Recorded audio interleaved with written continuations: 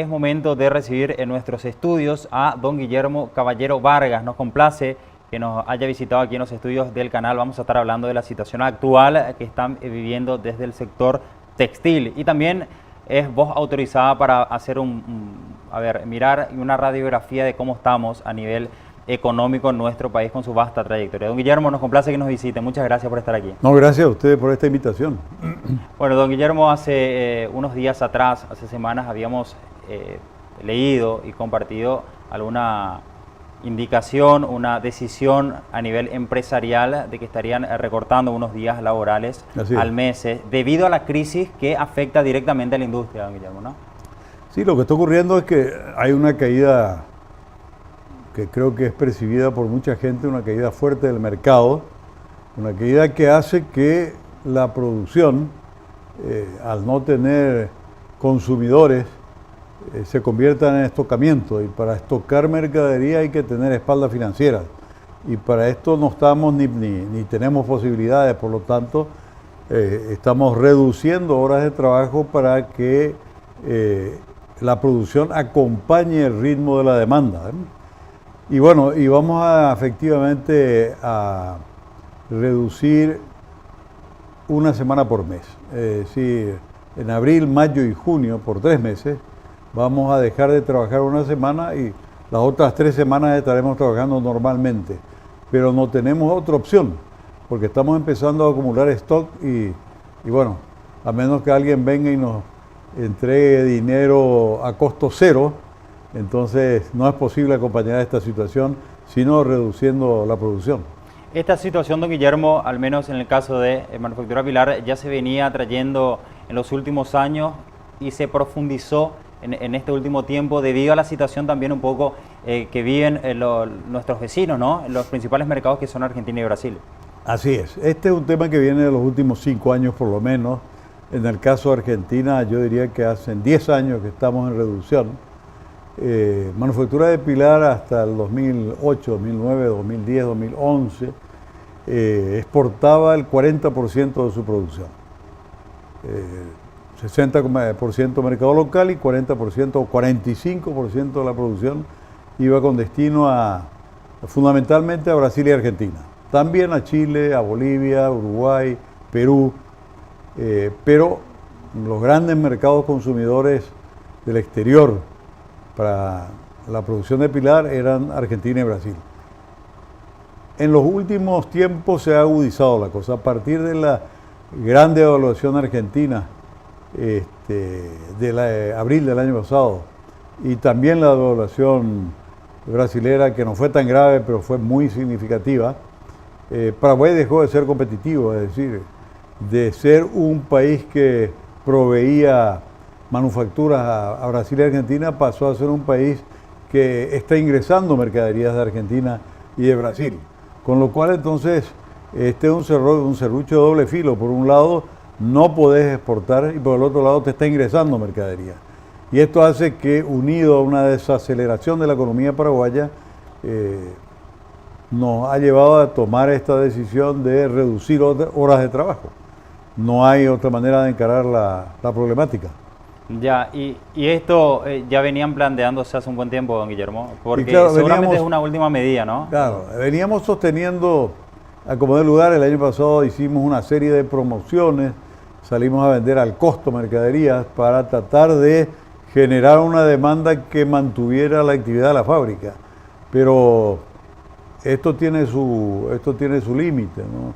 Terminamos de vender digamos, lo que nos sobraba, entre comillas, pero esto se acabó y entonces hoy ya no tenemos otra opción que reducir las horas de trabajo.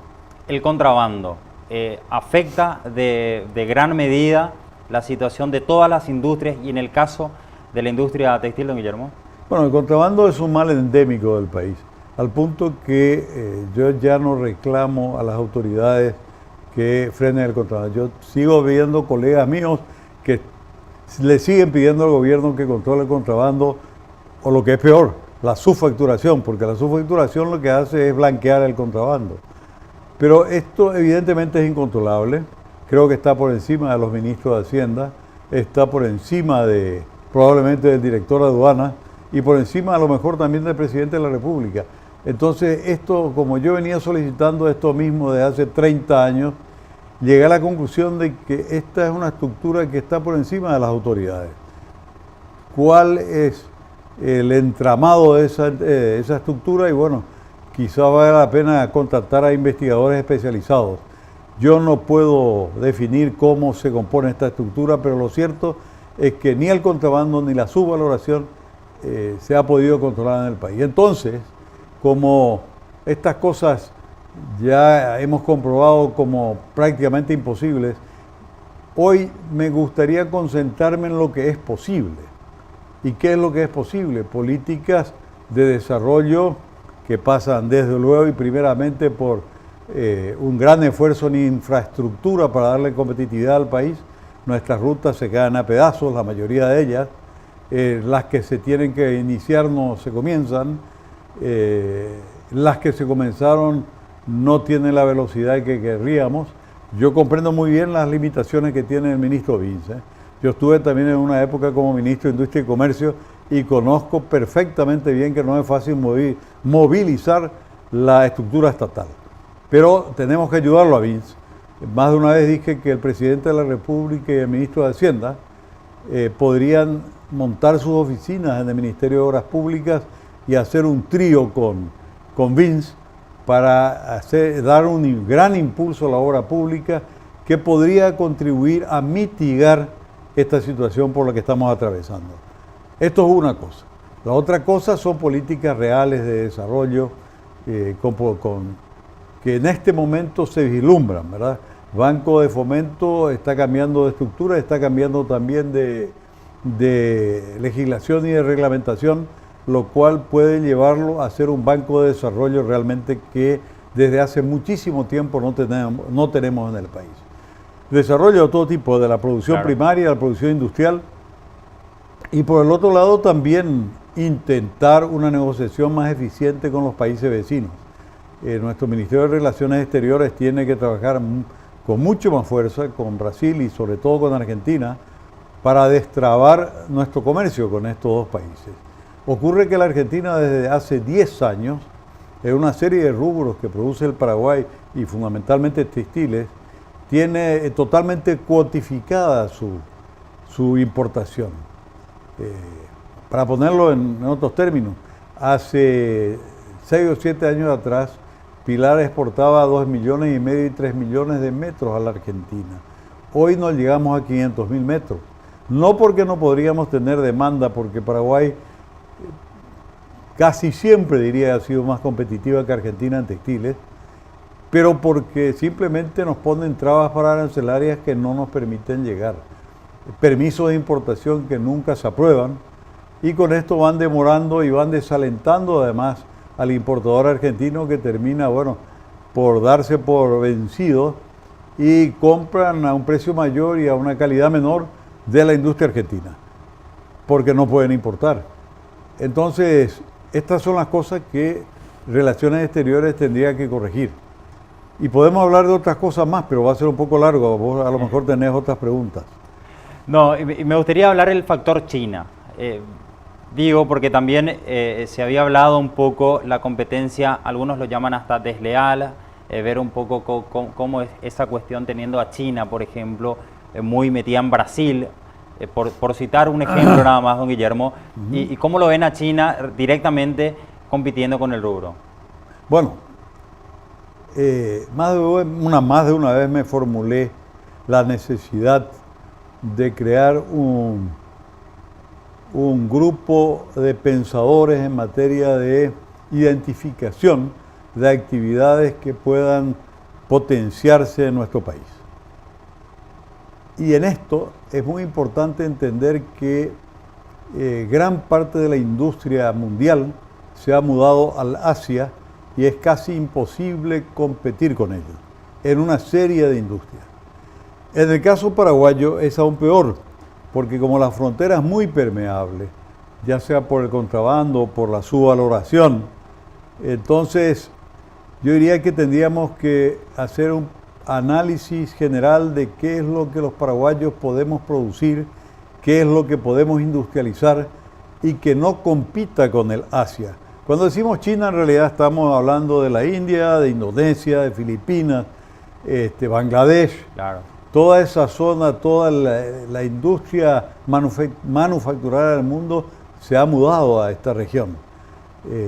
Los países avanzados como Europa y Estados Unidos sobreviven en base a altísima tecnología y a servicios, como por ejemplo servicios financieros, que hacen de que estos países mantengan su nivel de empleo. Pero la industria de manufacturas propiamente, tanto en Estados Unidos y sobre todo en Europa, han prácticamente desaparecido. Por ejemplo, en textiles. En textiles Europa ha desaparecido virtualmente. No queda ni el 10% de lo que era. Y en Estados Unidos no queda el 50%. Y en los países de la región, Chile era un país con industria textil, Uruguay era un país con industria textil, Bolivia también, y nosotros. En Uruguay, en Chile y en Bolivia han desaparecido por completo las industrias textiles. Y en Paraguay, cuando nosotros nos hicimos cargo de manufactura de Pilar hace más de 35 años, recuerdo que teníamos 6 o 7 colegas que estaban en el mismo rubro que manufactura de Pilar. Hoy queda solamente manufactura de Pilar. No quedó ninguno de nuestros colegas, ninguno. Desaparecieron todos. Entonces, esto hace, de alguna manera, sirve de ejemplo de que las cosas de enfrentarnos al Asia no es nada fácil. Entonces hay que identificar, por ejemplo, en las industrias que tienen que ver con la alimentación, creo que Paraguay puede hacer mucho más de lo que está haciendo. En una serie de servicios, Paraguay puede hacer puede crecer notablemente. Y tenemos algunas otras actividades, como por ejemplo usar toda nuestra energía eléctrica, que entre paréntesis me preocupa mucho que la discusión pase por ver cómo hacemos para vender mejor nuestra energía, y me parece que tendríamos que concentrarnos en ver cómo podemos emplear nosotros nuestra energía, con lo cual estaríamos generando miles y miles de empleos. Entonces, estas son las cosas que un grupo de pensadores, repito, tendría que poner a intentar consideración. definir. Claro, Pilar, ¿por qué sobrevive? Y Pilar sobrevive porque nos reorientamos. Con la gran crisis del año, desde el 98 al 2003, de toda la región, que según premios Nobel de Economía identifican como los 5 años peores de los años de la independencia en esta región. Es decir, en 200 años no habíamos pasado una crisis tan grave como la que atravesamos entre el 98, 99 y 2003. Bueno, en ese momento Pilar estuvo a punto de cerrar. ¿Por qué no cerramos? Porque nos lanzamos a hacer cosas que los expertos nos decían que las empresas textiles no estaban para eso. Por ejemplo, hablábamos de abrir tiendas y nos decían de que eso era para la gente que estaba en el comercio, para la gente vinculada a las tiendas, al consumidor final. Y cuando lo hablábamos de hacer, por ejemplo, sabanería, nos decían de que eso era para los confeccionistas, no era para una industria textil. Perdido por perdido en el año 2001, dijimos no, al diablo con estos consejos, vamos a intentarlo de las tiendas. Y abrimos tiendas. Si no hubiéramos abierto las tiendas que abrimos, que ahora son 19 tiendas, yo te puedo asegurar que Pilar estaba también cerrada. Hubiéramos corrido la misma suerte que nuestros colegas que nos acompañaban en los años 80. Con seguridad estábamos cerrados.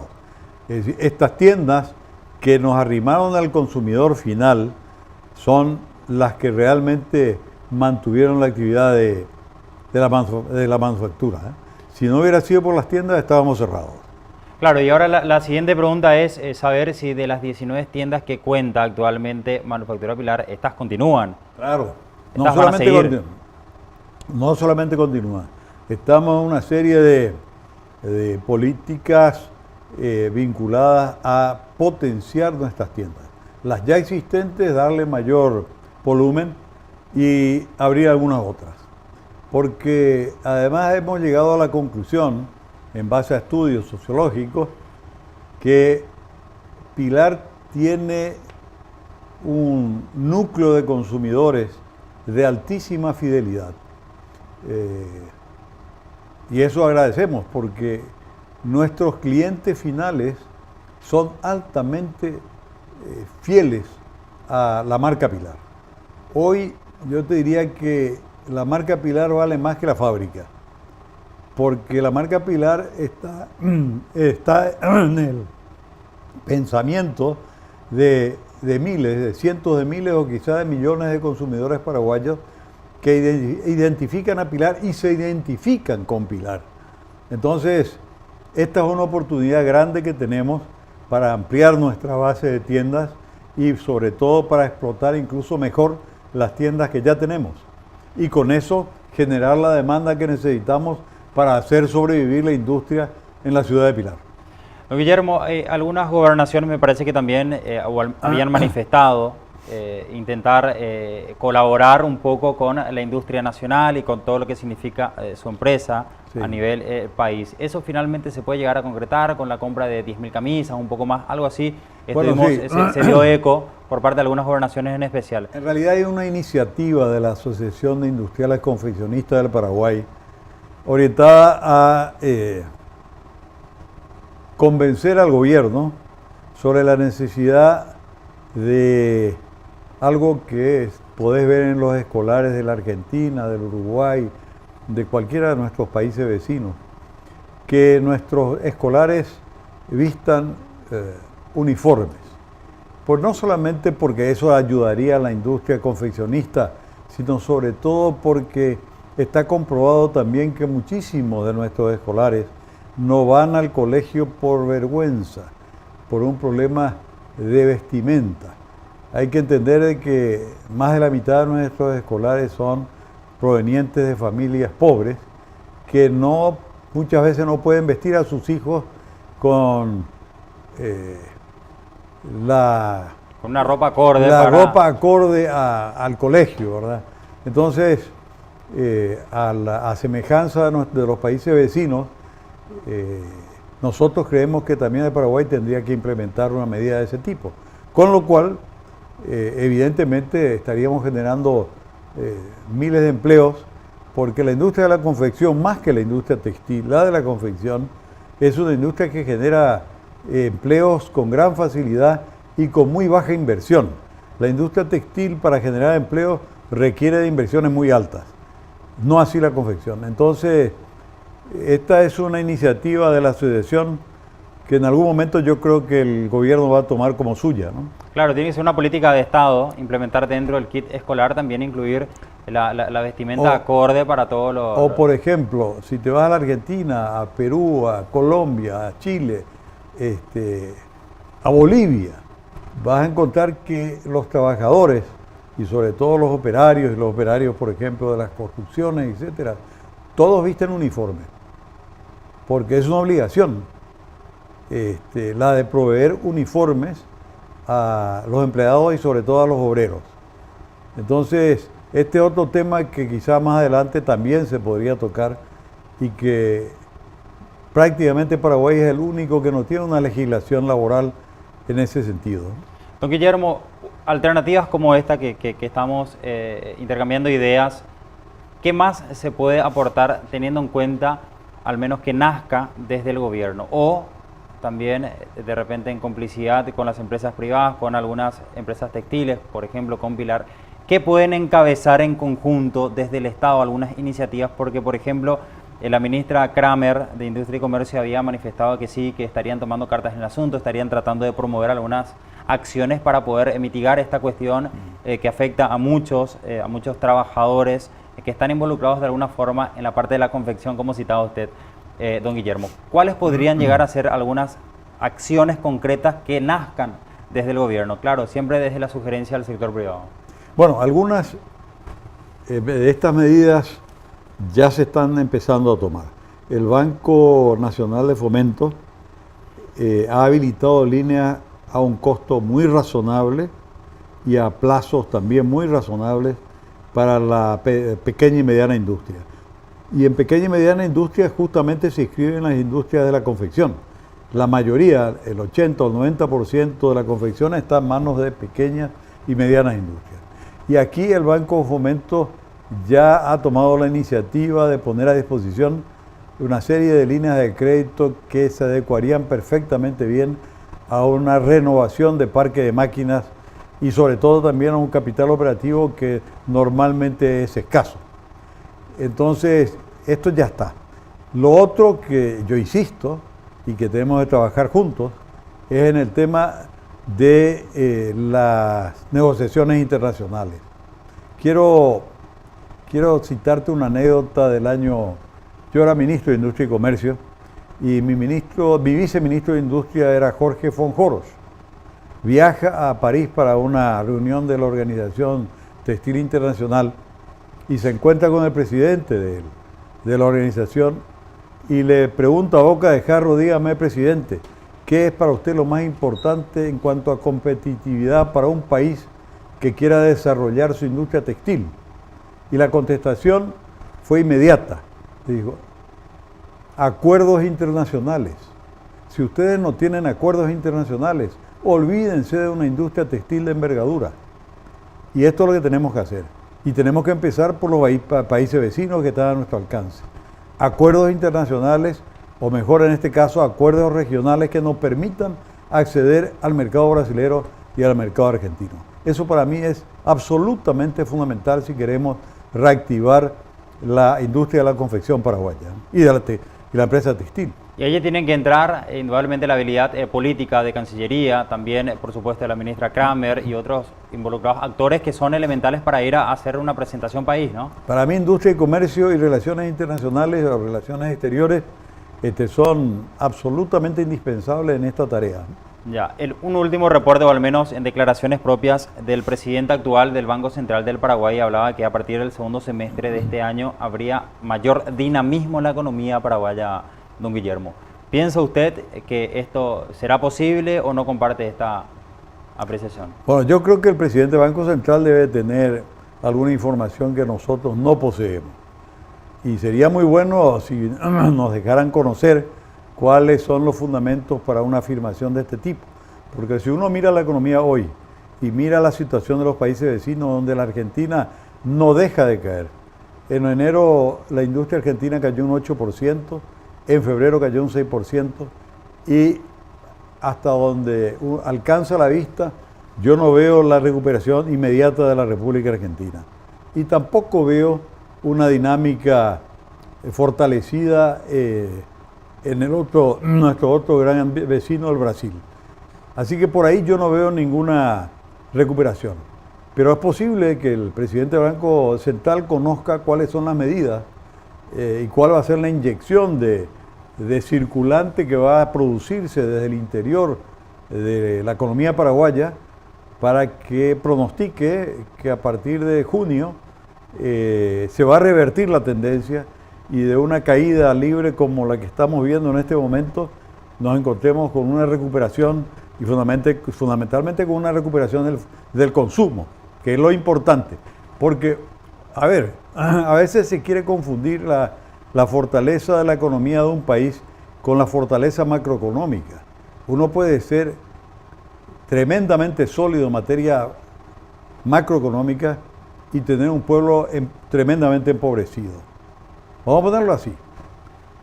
Hoy el 20% del PIB paraguayo está comprometido con nuestras deudas externas, no deudas externas, con nuestras deudas públicas. Y de lo cual nos vanagloriamos, decimos que bien estamos los paraguayos que debemos nada más que 20% cuando cualquier otro debe 40 o 60 o 100% de su Producto Interno Bruto.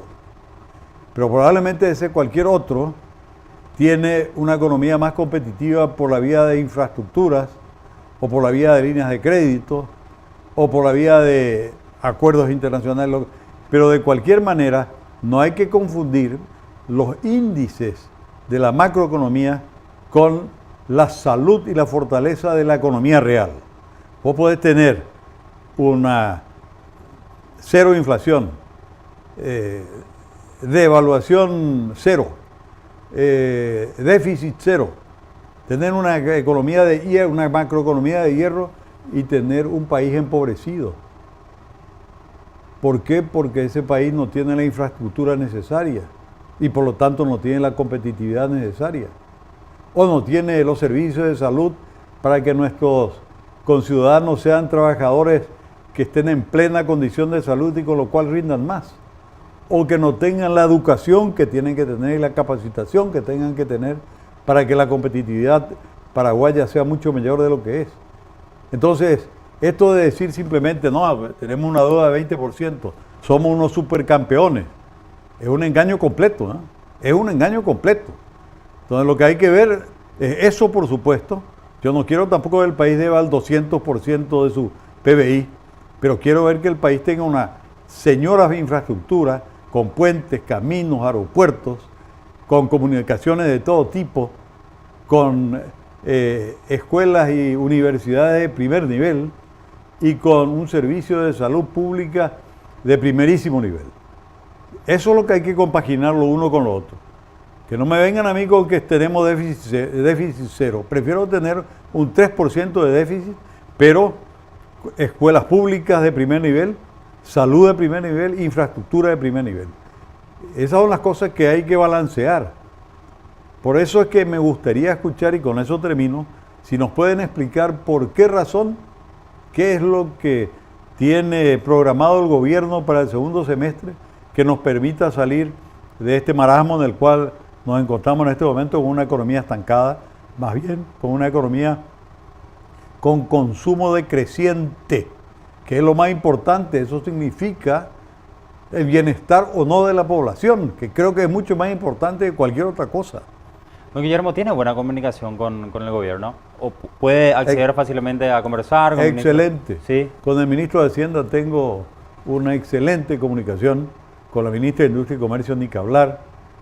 Castiglioni es un viejo amigo mío, es decir, no me puedo quejar de la interlocución con el Estado, no me puedo quejar. Simplemente quiero manifestar esta preocupación. No, parece perfecto. A lo que voy es porque tiene usted una idea a título personal y también seguramente de los pares que trabajan hace mucho tiempo juntos y partidario, porque me quedé con una frase de la electricidad, porque son cuestiones que se van a negociar ahora y son determinantes a la hora de decidir el futuro del país. Entonces me quedé pensando en esa cuestión de generar para el país. Claro, yo creo que tendríamos que estar mucho más concentrados y preocupados en cómo consumir la energía que vamos a tener disponible ahora, en cómo convertir eso en productos para el mercado local, en productos para la exportación, en darle mayor competitividad al país a través de una energía barata. En una palabra, yo me concentraría, o en todo caso tendría un grupo de gente concentrado en ver cómo utilizar internamente nuestra energía. Y no tan preocupados como ver el mejor precio que le vamos a sacar a Brasil o a la Argentina más adelante. Esa para mí es la preocupación mayor. Me gustaría ver que nosotros utilicemos la energía en nuestro propio beneficio. Bueno, excelente. Don Guillermo, un placer tenerlo aquí en nuestros estudios. Seguramente vendrán tiempos mejores no solamente para la industria que usted representa, la textil, sino que para todos, es la idea.